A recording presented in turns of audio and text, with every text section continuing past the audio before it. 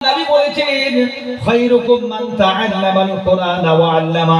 পৃথিবীর মানুষেরা শুনে রেখে দাও, তোমাদের চিন্তা ভাবনা সবগুলো মাটির সাথে মিশে দাও।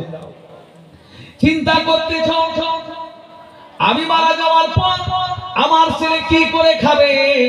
হয়তো আমার ছেলে 50,000 টাকার যদি একটা জব হয়ে যেত, 10,000 টাকার চাকরি যদি হয়ে যেত, আমি বড় কামিয়াব। জি না, আপনি চিন্তা করেন আপনি মারা যাওয়ার পর আপনার ছেলেরা বেঁচে থাকা অবস্থায় যদি নামাজি থাকে, দিনদার থাকে, কোরআন পড়নেওয়ালা যদি থাকে, এই পৃথিবীর মধ্যে সবথেকে বুদ্ধিমান সবথেকে ভাগ্যবান ব্যক্তি হচ্ছেন আপনি। যখন ঠিক কিনা আমার ভাইরা, আল্লাহর নবী বলেছেন এই পৃথিবীর মধ্যে সবথেকে বড় হচ্ছে ওই মানুষগুলো যারা কোরআন পড়ে এবং কোরআনের শিক্ষা দান করে। জোরে বলুন সুবহানাল্লাহ। যারা কোরআন পড়ে আর যারা কোরআন শিক্ষা দেয় তারাই পৃথিবীর মধ্যে সবথেকে উত্তম মানুষ। এখন আপনাকে আমি একটা কথা বলি, খারাপ পাবেন না তো? তরুণ যুবক ভাইরা খারাপ পাবেন না তো? আমি একটা কথা বলি, আল্লাহর নবী বলেছে পৃথিবীর মধ্যে সবথেকে ভালো মানুষ যারা কোরআন পড়ে এবং কোরআন শিক্ষা দেয়।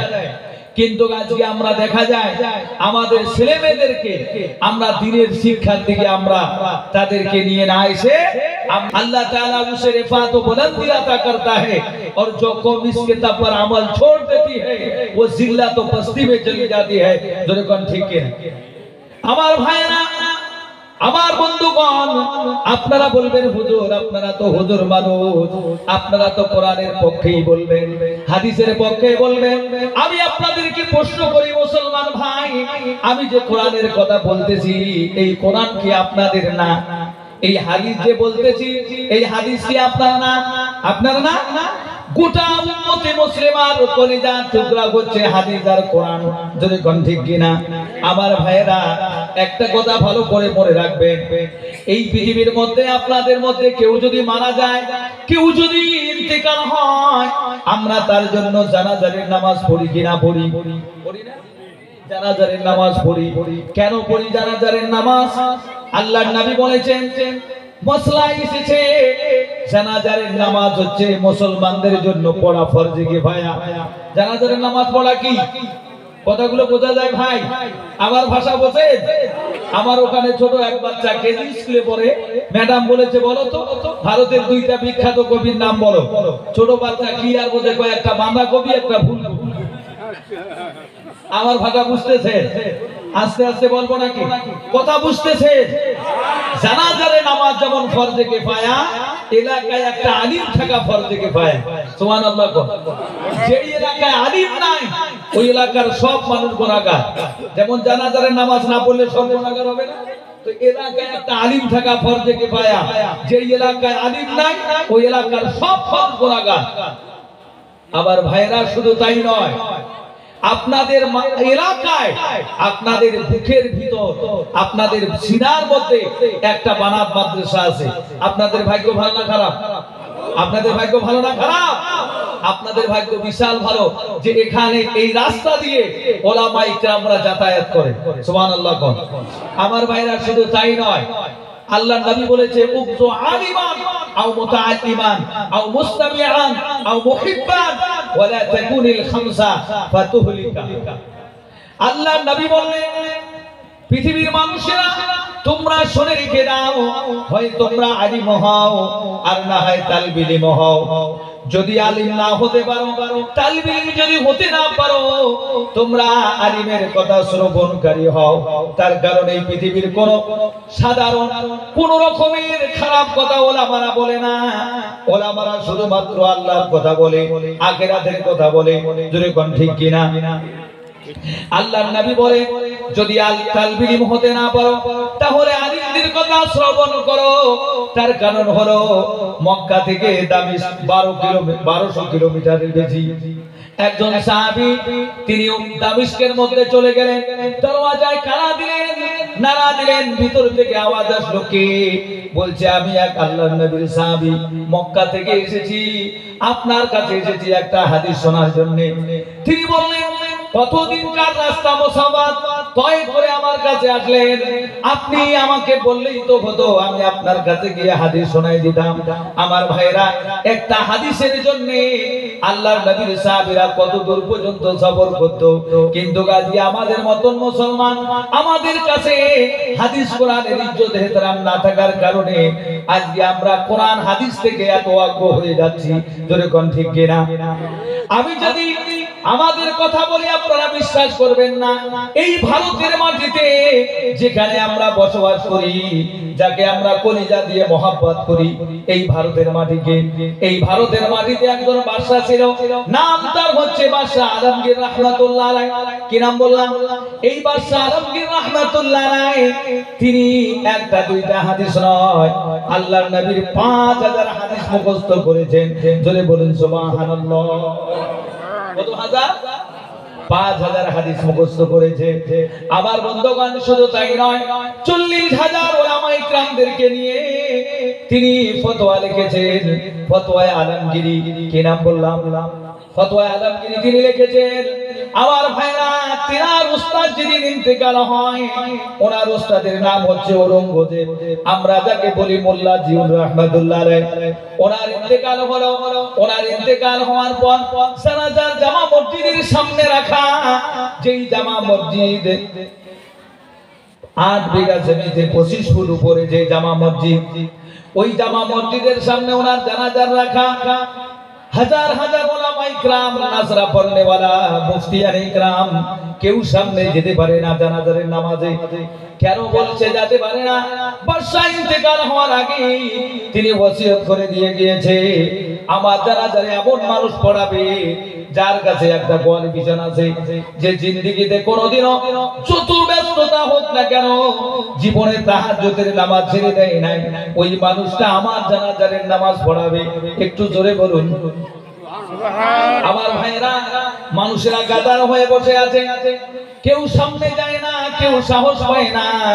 তার কারণ হলো এমন সময় একজন আল্লাহর বান্দা গামছা ঘুংরে দিয়ে সামনে আসলেন, মাইয়েতের চেহারা থেকে কাফনটা हटाई দিয়ে বললেন, ও আল্লাহ ওয়ালি, तुझे क्या मिला दुनिया से जाते जाते मुझे बदनाम करके गए, आज तक जो मैं अमल करता हूँ मैं जानता हूँ मेरे अल्लाह जानते हैं, उसके सिवा कोई नहीं जानते, आप तो दुनिया से जाते जाते मुझे बदनाम करके गए, ओ अल्लाह वाले तुझे क्या मिला।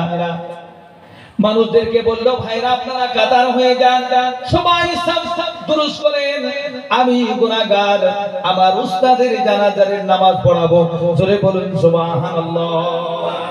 আমার ভাইরা আপনারা বলেন তো দেখি, খারাপ পাবেন না ভাই, আপনার আল্লাহ 2-3টা ছেলে দিয়েছে, 10টা ছেলে দিয়েছে, 5টা দিয়েছে, কিন্তু বলেন তো দেখি, আপনি যেদিন মারা যাবেন আপনার ওই 5টা সন্তানের মধ্যে একটা কি আপনার জানাজার করাতে পারবে? জানাজার যদি করাতে না পারে কোনো যায় আসে না।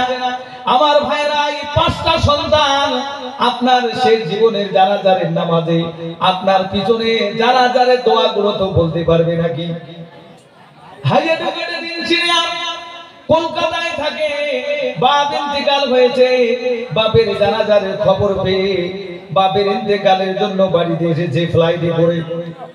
বাড়ি এসে দেখে ইমাম সাহেব, এলাকার মানুষেরা সবাই মিলে জানাজারের নামাজ শুরু করে দিয়েছে। আমার ভাইরা বলেন তো দেখি, জানাজারের নামাজের তাকবীর কয়টা? কয়টা তাকবীর? কয়টা তাকবীর দেয়? আলহামদুলিল্লাহ আপনারা জানেন, কিন্তু অনেক জায়গার মানুষেরা জানে না। কি ভাই জানে? বর্তমান ইয়ং জেনারেশনদেরকে যা বলো যে গোসলের ফরজ কয়টা, কবে একটা বালতি, একটা লোটা, একটা সাবান, ঠিক কি না? আমার ভাই খারাপ পাচ্ছেন? সেদিন মসজিদে নামাজ পড়তেছি, জুম্মার নামাজ, আমি কবলাল জুম্মা পড়লাম 4 রাকাত, তো আমি এক জায়গায় ভুলেছি, আমি সুসিজদা দিলাম, পাশে দেখি এক যুবক ও সুসিজদা দিল, তা আমি জানি ও কিচ্ছু জানে না, কিন্তু তারপরে সুসিজদা দিল। জিজ্ঞাসা করলাম, আচ্ছা ভাই তুমি সুসিজদা দিলে কেন? আমার বলছে, হুজুর আপনি দিলেন কেন? তা আমি বললাম, আমার নামাজে ভুল হয়েছে সেই জন্য দিছি। তখন ওই যুবক বলল, হুজুর আমিও দিছি ওই জন্য আপনার নামাজে যে ভুল হয়েছে। চিন্তা করছেন আমার ভাইরা, দুঃখের বিষয় এই ইলম না থাকার কারণে ছেলেরা পিকনিক ডে পালন করতে যায়, এই ইলম না থাকার কারণে তরুণ যুবকেরা যায় নাইট ক্লাবে যায়, এই ইলম না থাকার কারণে আজ মুসলমানের ঘরে ঘরে ইহুদি নাসরাতের কালচার চালু হয়েছে। জোরে কথা ঠিক কিনা? সেদিন আমি আসতেছি এই আপনার ধুবড়ি থেকে, এসে দেখি টাউনের মধ্যে একটা মুসলমান স্কুল আছে। এই স্কুলের বাইরে দেখি লেখা আছে শিশু নিকেতন, মানে বাচ্চাদের কেজি স্কুল। বাইরে দেখতেছি শুধুমাত্র মেয়ে মানুষগুলো বসে আছে, দাঁড়িয়ে আছে। বললাম যে এই মেয়েগুলো কখন আসে, এরা কি কাম কাজ করে, এত মহিলা? হুজুর জানেন না, এই মেয়েগুলোর বাচ্চা এই স্কুলে পড়াশোনা করে। তো বাচ্চার বয়স কত? কয় 3 বছর, 4 বছর, 5 বছর। তো বলছে এই বাচ্চাগুলোকে এখানে দিলে কেন? তো বলছে এই বাচ্চাগুলো ছোট তো কান্না করবে, এই জন্য মা গেটের বাইরে বসে আছে। ছেলে ওই যে 10টায় এসেছে, বাচ্চা ছুটি হবে 2টায়, বাচ্চাকে নিয়ে বাড়িতে যাবে। আমি চিন্তা করলাম, হায় রে, সন্তানদেরকে ছোট্ট অবস্থায় 5 বছর থেকে নিয়ে 10 বছর শুধুমাত্র বাচ্চাদেরকে কোরআনের শিক্ষা দিবে, তাছাড়া অন্য শিক্ষা দেন আমার কোনো যায় আসে না। কিন্তু এই ছেলেটা যদি ওই স্কুল কলেজের মধ্যে গিয়ে ছোট অবস্থায় যদি ওদের কালচারগুলো যদি অন্তরে নিয়ে নেয়, বড় হয়েছে দিনদার হতে পারবে না। জোরে বল ঠিক কিনা? আমি একটা উদাহরণ দেই। আপনি খালি পেটে মূলা খাবেন, গাজর খাবেন, এরপরে বিরিয়ানি, জর্দা, পোলাও খাবেন, বলেন তো দেখি বাসনা কি আসবে? জোরে বল, বাসনা কিসের আসবে? হ্যাঁ? তো এই বাচ্চাগুলোকে যদি ছোট্টবেলা থেকে এই শিক্ষাগুলো বেশি দেওয়া হয়, আপনি খারাপ পাবেন না যে আপনি ইংলিশ বাংলা নিয়ে, অসমীয়া নিয়ে আপনি বলেন কেন? না, সব শিক্ষা দিতে হবে, সমস্ত শিক্ষার দরকার আছে। কিন্তু আমি দেখতে পারি মুসলমান এলাকার মধ্যে 100 মানুষ নয়, 5000 মানুষের ভিতরে একটা আলিম বের করা বিশাল কষ্ট হয়। তো দেখুন ঠিক কিনা? তাহলে মুসলমানেরা এলেমকে পিছনে ছেড়ে দিয়েছে না সামনে রেখেছে? তো দেখুন, কথা কি খারাপ লাগতেছে শোনা ভাই? আমার বক্তব্য এই রকমই। আজকে দেখেন মুসলমানদের দিকে তাকায় দেখো, নারী পুরুষদের মধ্যে কি আছে? মহিলাদের পর্দা নেই। আপনাদের এলাকার ব্যাপার আমি জানি না, আলহামদুলিল্লাহ আপনার এখানে বোধহয় ঠিক আছে, কিন্তু আমাদের ওদিকে যা দেখবে মহিলাদের মধ্যে কোনো দিন নেই, বাড়ি থেকে বাইরে বেরাচ্ছে, মাথায় কাপড় নেই, কিচ্ছু নেই, স্বামীর কোনো দাম দিচ্ছে না, স্বামী থাকতে পার বিয়া করতেছে, অন্য মানুষের সঙ্গে পালে যাইতেছে। আপনার এখানে বোধহয় চালায় না। আমার ভাইরা, আমার পর্দানিশের মা বোনেরা, শুনে যান আমার কথা। রাতের বেলা, এই গভীর রাত্রি বেলায় অনেক মা বোন কোরআনের মাহফিলে এসেছে।